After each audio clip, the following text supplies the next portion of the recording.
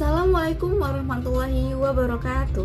Hello everyone, let me introduce myself.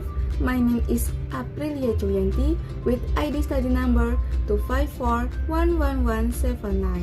I am from the Management Study Program. On this occasion, I will explain the material about macroeconomics. Happy watching!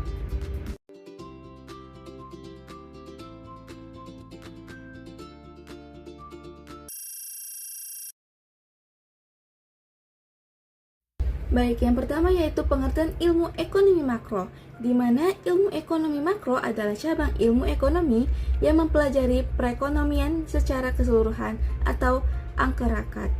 Ekonomi makro berfokus pada berbagai fenomena ekonomi yang mempengaruhi suatu negara, seperti pendapatan nasional, pertumbuhan ekonomi, inflasi, dan pengangguran.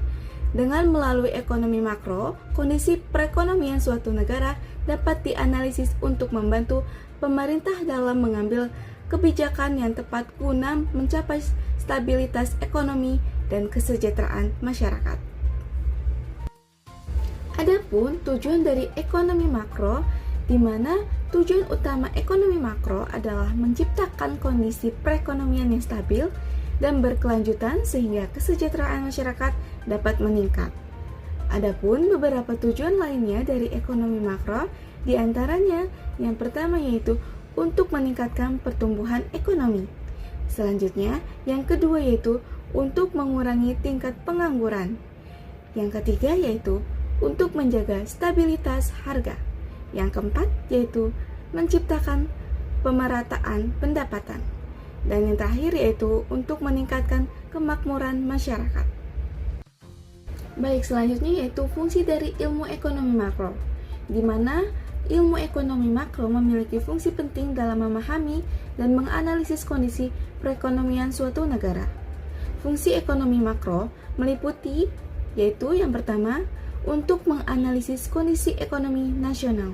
Selanjutnya yang kedua yaitu untuk membantu penyusunan kebijakan ekonomi.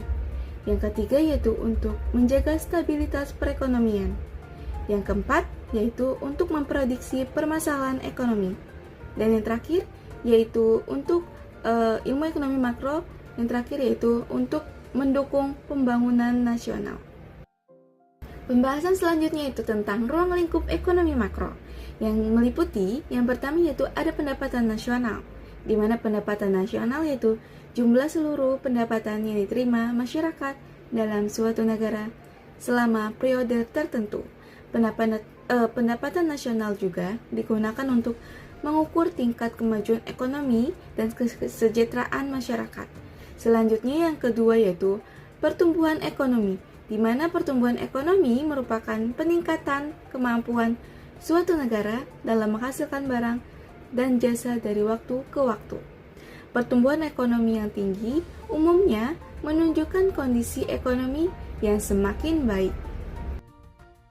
Selanjutnya, ruang lingkup ekonomi makro yang ketiga yaitu ada inflasi, di mana inflasi yaitu kenaikan harga barang dan jasa secara umum dan terus-menerus dalam suatu periode tertentu. Inflasi yang tinggi dapat menurunkan daya beli masyarakat dan meningkatkan biaya hidup. Di mana ruang lingkup yang keempat yaitu ada pengangguran, yaitu pengangguran merupakan kondisi ketika seseorang yang termasuk angkatan kerja tidak memiliki pekerjaan. Tingginya tingkat pengangguran dapat menyebabkan penurunan pendapatan dan meningkatkan kemiskinan. Ruang lingkup ekonomi makro yang kelima yaitu ada kebijakan fiskal, di mana kebijakan fiskal merupakan kebijakan pemerintah yang berkaitan dengan pengelolaan, penerimaan, dan pengeluaran negara. Kebijakan ini digunakan untuk mendorong pertumbuhan ekonomi dan menjaga stabilitas ekonomi. Ruang lingkup ekonomi makro yang keenam ada kebijakan moneter, di mana kebijakan moneter yaitu kebijakan yang dilakukan oleh Bank Indonesia untuk mengatur jumlah uang yang beredar dan tingkat suku bunga guna mengendalikan inflasi serta menjaga stabilitas ekonomi. Ruang lingkup ekonomi makro yang ketujuh yaitu perdagangan internasional, di mana perdagangan internasional merupakan kegiatan pertukaran barang dan jasa antar negara melalui ekspor dan impor. Kegiatan ini dapat meningkatkan pendapatan negara serta memperluas pasar. Dan ruang lingkup ekonomi makro yang terakhir yaitu ada neraca pembayaran, di mana neraca pembayaran merupakan catatan seluruh atau keseluruhan transaksi ekonomi antara suatu negara dengan negara lain dalam periode tertentu. Neraca pembayaran digunakan untuk mengetahui kondisi hubungan ekonomi internasional suatu negara. Baik, kita masuk ke pembahasan selanjutnya yaitu tentang faktor-faktor apa saja sih yang mempengaruhi ekonomi makro. Baik, faktor yang pertama yaitu ada sumber daya manusia atau SDM, di mana kualitas SDM yang baik dapat meningkatkan produktivitas kerja sehingga mampu mendorong pertumbuhan ekonomi dan meningkatkan kesejahteraan masyarakat. Selanjutnya, faktor yang kedua yaitu ada sumber daya alam. Adapun ketersediaan SDA yang melimpah dapat mendukung kegiatan produksi dan menjadi sumber pendapatan bagi negara. Faktor yang ketiga yaitu ada investasi. Investasi berperan dalam menambah kapasitas produksi, menciptakan lapangan pekerjaan, dan meningkatkan pertumbuhan ekonomi. Faktor yang mempengaruhi ekonomi makro yang keempat yaitu ada perkembangan teknologi, di mana dengan kemajuan teknologi dapat meningkatkan efisiensi produksi, mengurangi biaya, dan mempercepat pertumbuhan ekonomi. Faktor yang kelima yaitu ada stabilitas politik dan keamanan. Dengan kondisi politik dan keamanan yang stabil, dapat menciptakan iklim usaha yang kondusif dan menarik investor untuk menanamkan modal. Dan faktor yang terakhir yaitu ada kebijakan pemerintah, di mana kebijakan pemerintah sangat berpengaruh terhadap inflasi, pengangguran, dan investasi, dan pertumbuhan ekonomi melalui berbagai program dan regulasi.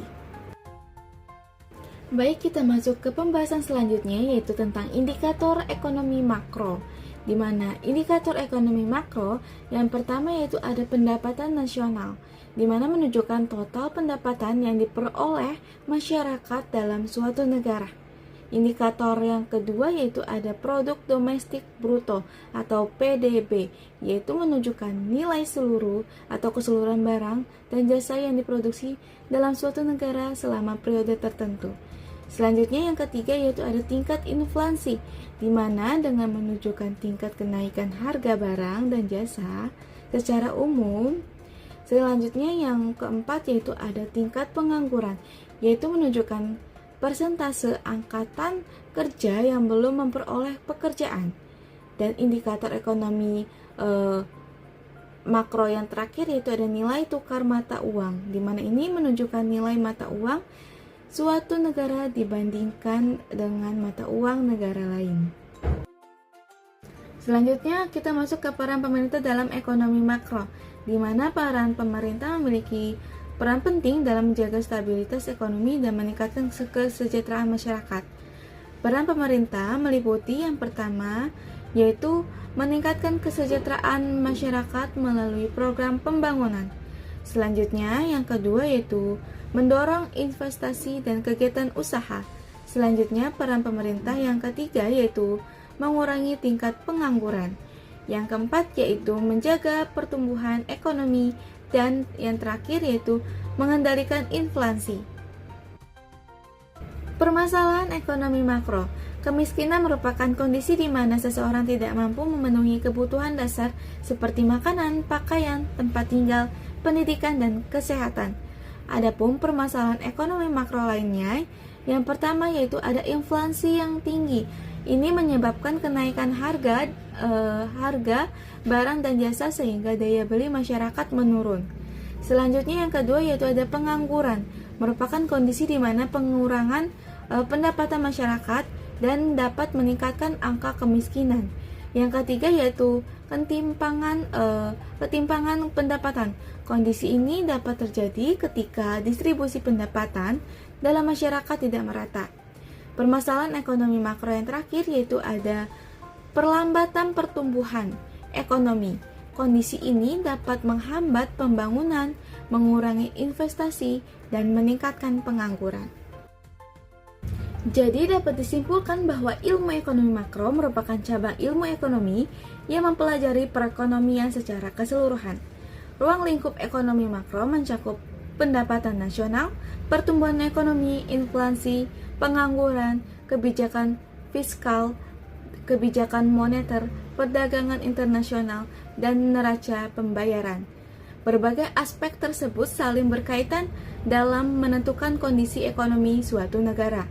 Adapun pemahaman terhadap ekonomi makro sangat penting karena membantu pemerintah dalam mengambil kebijakan yang tepat untuk menjaga stabilitas ekonomi, meningkatkan pertumbuhan ekonomi, mengurangi pengangguran, serta meningkatkan kesejahteraan masyarakat. Dengan pengelolaan ekonomi yang baik, pembangunan dapat berjalan secara berkelanjutan dan tujuan kemakmuran masyarakat dapat tercapai. That's all my video presentation. Thank you for your attention. See you again everyone. Wassalamualaikum warahmatullahi wabarakatuh.